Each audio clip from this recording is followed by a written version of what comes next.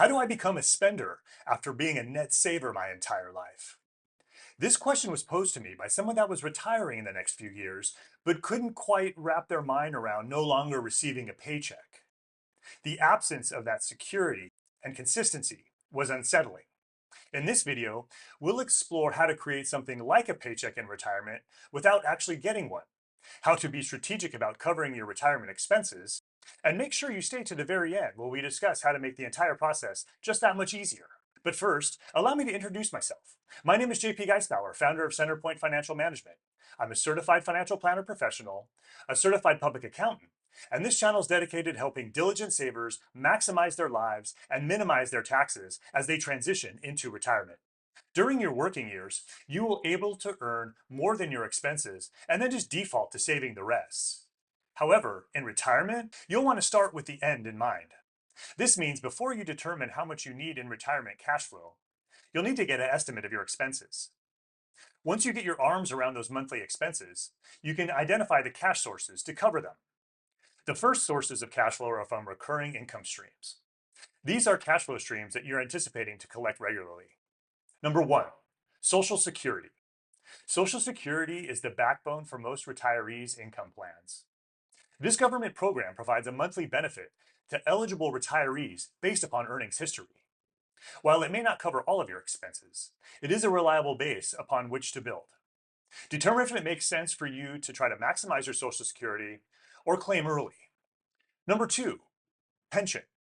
Pensions are employer-sponsored retirement plans that promise a fixed monthly payment. Now, these have mostly gone the way of the dodo bird, but if you have been in civil service or worked for the government, or were lucky enough to work for an employer who still had one, these can be reliable sources of income in retirement. Number three, owning rental real estate. Rental properties can be lucrative cash flow streams in retirement. Real estate investments can provide stable monthly income and potential appreciation. After your recurring income streams, you'll then want to consider your investments and investment income. There are essentially three types of investment accounts: taxable, tax deferred, and tax-free. Taxable accounts are your typical brokerage accounts. Because these accounts are taxable, you are taxed on the activity within these accounts as it occurs. Therefore, you can use the income generated in these accounts to offset your expenses. Tax-deferred accounts are allowed to grow tax-free, but once you take distributions from those accounts, you are taxed at ordinary income tax rates. Make sure you get your arms around the income tax implications of taking distributions from these retirement accounts, as you will need to consider the income tax on the withdrawals and how that will affect your expenses. For example, if you take a $50,000 distribution from a tax-deferred retirement account and incur a $10,000 tax liability in order to do so, you'll need to kind of recalculate your expenses to consider that additional amount. And this calculation can get a little circular. Tax-free and Roth accounts.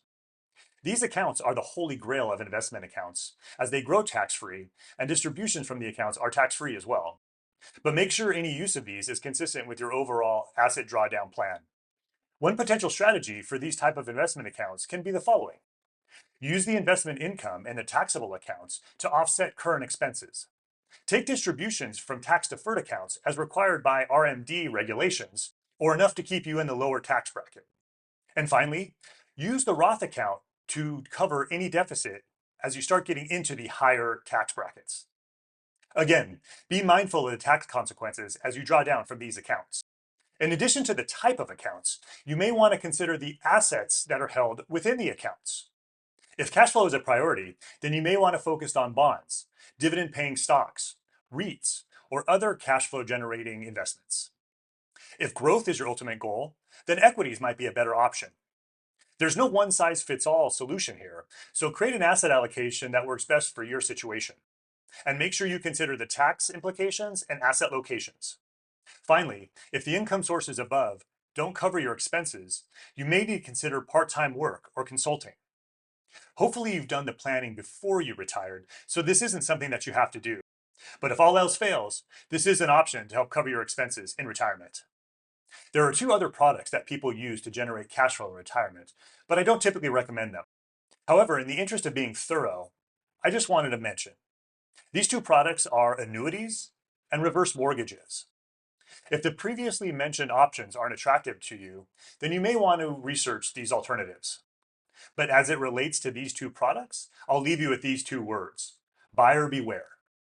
Now that we've gone through the various options, here are some tips for modeling out your cash flow. Number one, revisit your expenses at least annually.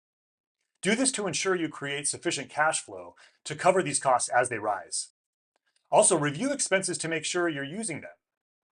That 30-day free trial now might be charging you on an annual basis.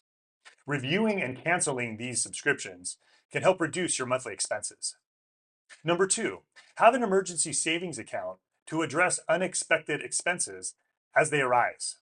Number three, use one checking account and one credit card to cover the recurring expenses. This will make them easier to track and monitor. Number four, automate payments. Don't get stuck with late fees because you forgot to drop a check in the mail or otherwise forgot to make the payment. But also make sure you're reviewing the bills to make sure they're accurate.